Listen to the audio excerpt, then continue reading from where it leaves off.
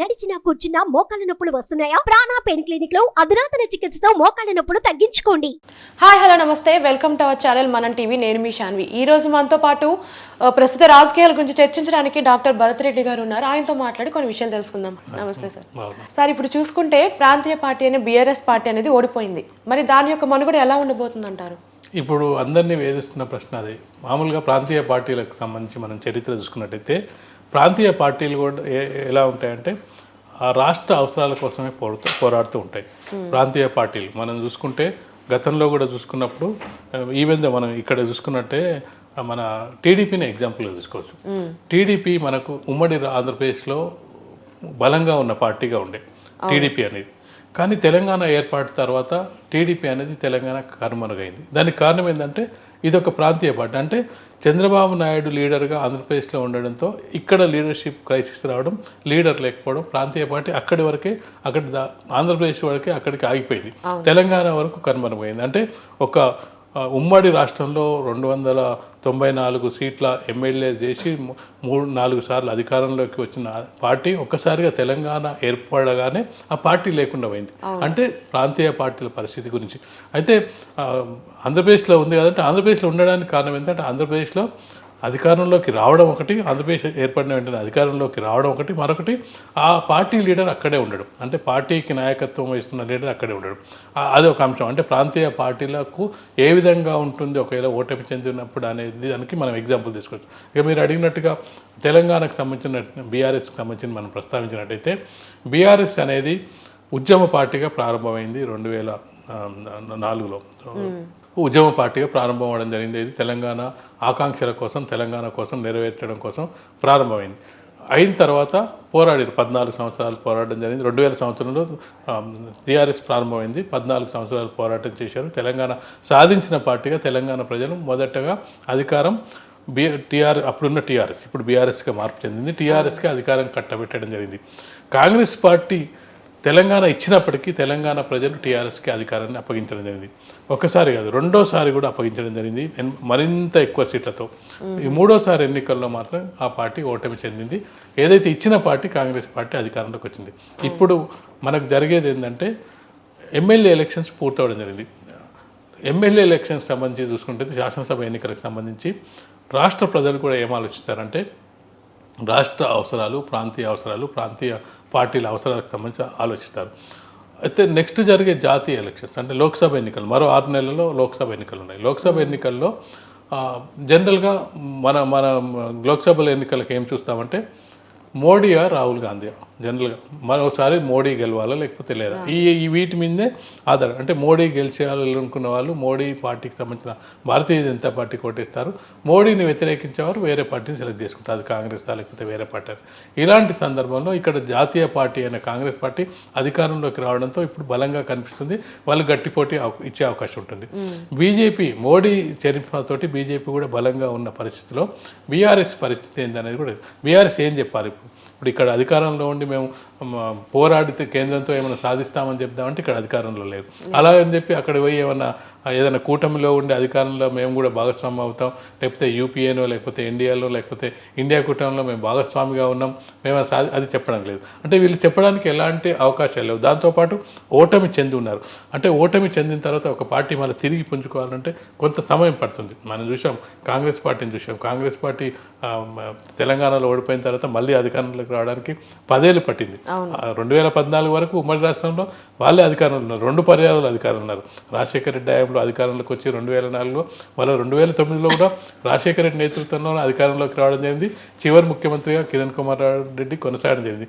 అయినప్పటికీ మళ్ళీ అధికారంలోకి రావాలంటే 10 సంవత్సరాలు పట్టింది. అలాంటి సందర్భం ఏది జాతీయ పార్టీ అయిన కాంగ్రెస్ పార్టీ అలాంటి సందర్భంలో బీఆర్ఎస్ పార్టీ పరిస్థితి రేపు ఏం చెప్తారు, లోక్సభ ఎన్నికల్లో ఏం చెప్పబోతున్నారు, లోక్సభ ఎన్నికల్లో ఓటు ఎందుకు వేయాలంటే ఇలాంటి సమస్యలు వాళ్ళకు ఉన్నాయి. దాంతోపాటుగా లోక్సభ అంటే పెద్దగా తక్కువ ఇంట్రెస్ట్ కూడా తక్కువ ఉంటుంది ఏది అభ్యర్థులకు కూడా లోకల్ పాలిటిక్స్ మీద ఉన్న ఇంట్రెస్ట్, ఎందుకంటే ఎమ్మెల్యే కనెక్టివిటీ పబ్లిక్ ఎక్కువ ఉంటుంది, ఎంపీతో కనెక్టివిటీ కొంత తక్కువ ఉంటుంది, ప్రజలకు చాలా సంబంధాలు తక్కువ ఉంటాయి. ఇలాంటి సందర్భంలో బీజేపీ కూడా మరొకవైపు ఇక్కడ బలంగా కొంతవరకు ముందుకు వస్తున్న సందర్భంగా బీఆర్ఎస్ ఏ విధంగా మనుగడ సాగిస్తుంది అనేది మనం లోక్సభ ఎన్నికల ద్వారా తర్వాతనే తెలిసే అవకాశం ఉంటుంది. ఇప్పుడు ఒక పార్టీ ఎదగాలి అన్నా, ఎవరు ఎదగాలన్నా సరే ఒకరు నిలదొక్కాలి. మరి ఇప్పుడు చూసుకుంటే బీజేపీ అనేది ఆల్రెడీ టాప్ పొజిషన్లో ఉంది, మరి బీఆర్ఎస్ అనేది ఓటమిలో ఉంది. మరి బీజేపీ ఎలా నిలదొక్కుతుంది అంటారు? ఖచ్చితంగా బీజేపీ స్ట్రాటజీ ఎలా ఉంటుందంటే, బీజేపీ గెలిస్తే ఫస్ట్ ప్లేస్ ఉండాలి, లేకుంటే సెకండ్ ప్లేస్ ఉండి అపోజిషన్లో ఉండాలి. రెండే స్ట్రాటజీలు. ఏమి లేని చోట కూడా గెలవాలనే ప్రయత్నం చేస్తున్నారు. గతంలో ఇప్పటి బీజేపీకి మనం పోల్చుకుంటే వాజ్పేయి అద్వానీ తరం వేరు, ఇప్పుడున్న తరం మోడీ అమిత్ షా. ఈశాన్య రాష్ట్రాలు అనేది చాలా క్లిష్టమైన ఈశాన్య రాష్ట్రాలను 7 రాష్ట్రాలను కొట్టగలిగారు, అంటే ఒక స్ట్రాటజీ ప్రకారం. ఇక్కడ కూడా ఏంటంటే ఇప్పుడు అసెంబ్లీ ఎన్నికలు పూర్తయ్యాయి, మనకు ఎంపీ లోక్సభ ఎన్నికలు. మనం గత అనుభవాలను చూసుకున్నా కానీ బీజేపీ గత ఎన్నికల్లో 2018 ఎన్నికల్లో చూసుకున్నట్లయితే కేవలం ఒకే ఒక అసెంబ్లీ స్థానానికి గెలవడం జరిగింది. అది మహారాజగంజ్ నుంచి రాజాసింగ్. సీనియర్ నాయకులైన అప్పట్లో సీనియర్ నాయకులు కూడా కిషన్ రెడ్డి ఓడిపోవడం జరిగింది, లక్ష్మణ్ ఓడిపోవడం జరిగింది, పెద్ద నాయకులందరూ కూడా ఓడిపోవడం జరిగింది. కానీ 6 నెలలు డిసెంబర్లో ఈ ఎన్నికలు అయితే ఏప్రిల్లో లోక్సభ ఎన్నికలు రావడం జరిగింది. అదే ఓడిపోయిన కిషన్ రెడ్డి అంబర్పేట నుంచి సికింద్రాబాద్ లోక్సభ సీట్ నుంచి గెలవడం జరిగింది. అదే ఓడిపోయిన బండి సంజయ్ కరీంనగర్లో ఓడిపోయిన బండి సంజయ్ మళ్ళీ కరీంనగర్ ఎంపీ సీట్ నుంచి గెలవడం జరిగింది. ఓడిపోయిన సోయం బాబురావు ఆదిలాబాద్లో ఓడిపోవడం జరిగింది. సోయం బాబురావు ఎమ్మెల్యేగా ఓడిపోయి ఎంపీ, అంటే ఎమ్మెల్యేగా ఒకే నియోజకవర్గం, ఎంపీ వచ్చినప్పుడు 7 నియోజకవర్గాలకు కలిపి ఒక ఎంపీ, ఒక్క నియోజకవర్గంలో ఓడిపోయిన అభ్యర్థి 7 నియోజకవర్గాల ప్రజలతోటి గెలిపించుకోగలిగిండు. దానికి కారణం ఏంటంటే జాతీయ రాజకీయాల మీద ఉండే ప్రభావం. జాతీయ రాజకీయాలపై ప్రజలు రెండు ఎలక్షన్స్ ఒకే సమయంలో వచ్చిన ఒక ఓటు స్టేట్కి సంబంధించిన పార్టీకి, మరొక ఓటు నేషనల్కి సంబంధించిన పార్టీ వేసిన సందర్భాలు కూడా మనకు. ఇలాంటి సందర్భంలో బీజేపీ ఖచ్చితంగా కూడా ఇక్కడ మేము నిలవాలంటే, ఇప్పుడు కాంగ్రెస్ అధికారంలో ఉంది, ఉండని, మాకు ప్రతిపక్ష స్థానం కావాలి. జనరల్గా 1 లేకపోతే 2వ స్థానం కోరుకుంటారు. బీఆర్ఎస్ అనేది లేకుండా ఉంటే మా పార్టీ సెకండ్ ప్లేస్ వస్తుంది. సెకండ్ ప్లేస్ వచ్చినప్పుడు వచ్చే ఎలక్షన్స్ కాకపోతే వచ్చే ఎలక్షన్లో కూడా మేము అధికారం వచ్చే అవకాశం ఉంటుంది. అంటే ముందు 2వ స్థానాన్ని ఆక్రమించాలనే ప్రయత్నం అయితే ఖచ్చితంగా చేస్తుంది. ఆ ప్రయత్నంలో భాగంగా గతంలోనే మేము, అంటే 2018లో కేవలం 7% ఓటింగ్ తోటి ఒక ఎమ్మెల్యే సీట్ వచ్చిన బీజేపీ పార్టీ ఎంపీ ఎలక్షన్స్కి వచ్చేటప్పటికి 20% ఓట్లతోటి 4 ఎంపీ సీట్లు రావడం జరిగింది. ఈసారి చూసుకున్నట్టయితే 14% ఓట్లతోటి 8 సీట్లు గెలిచిన బీజేపీ పార్టీ ఈసారి ఖచ్చితంగా కూడా గతంలో కంటే 2 ఓటు షేర్ని పెంచుకోవాలని చూస్తుంది. 14 నుంచి 25% పెంచుకొని వాళ్ళు గతంలో 4 సీట్లు కాదు, ఈసారి 10 సీట్ల టార్గెట్ పెట్టుకోవడం జరిగింది. 10 సీట్ల టార్గెట్ పెట్టుకున్నప్పుడు కాంగ్రెస్ పార్టీ బలంగానే ఉంది, జాతీయ పార్టీ. ఇక్కడ బీజేపీ టార్గెట్ పెట్టుకుంది, మోడీ చరిష్మా ఉంది. చాలా సర్వేలు చెప్తున్నట్టుగా బీజేపీకి అనుకూలంగా ఉంది.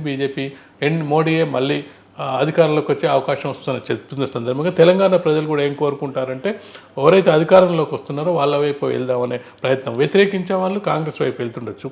కాంగ్రెస్ కూడా 12 సీట్ల టార్గెట్ పెట్టుకోవడం జరిగింది. ఇక్కడ పోటీ కాంగ్రెస్ బీజేపీల మధ్యలో ఉన్నప్పుడు ఖచ్చితంగా కూడా బీఆర్ఎస్ 3rd ప్లేస్కి వెళ్ళే అవకాశం ఉంటుంది.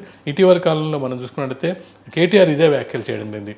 ఇక్కడ గతంలో కేటీఆర్ చెప్పింది ఏంటి, అసెంబ్లీ ఎన్నికల సందర్భంలో కాంగ్రెస్కు మాకే పోటీ ఉంటుంది, అసెంబ్లీ ఎన్నికల సందర్భంలో బీజేపీ అనే నామమాత్రం బీజేపీ లేదని చెప్పిన అదే కేటీఆర్ ఇప్పుడు ఏం చెప్తుండు, ఇక్కడ రాష్ట్రంలో ట్రయాంగిల్ ఫైట్ ఉంటుంది, త్రిముఖ పోటీ ఉంటుంది, కాంగ్రెస్ బీజేపీ మాకు మధ్య పోటీ ఉంటుంది, ఆ ట్రయాంగిల్ ఫైట్లో మేము గెలుస్తాం. అంటే బీజేపీ కూడా ఒక పోటీదారుగా కేటీఆర్ అంగీకరించడం జరిగింది. గతంలో అసెంబ్లీ ఎన్నికల్లో అంగీకరించలేదు.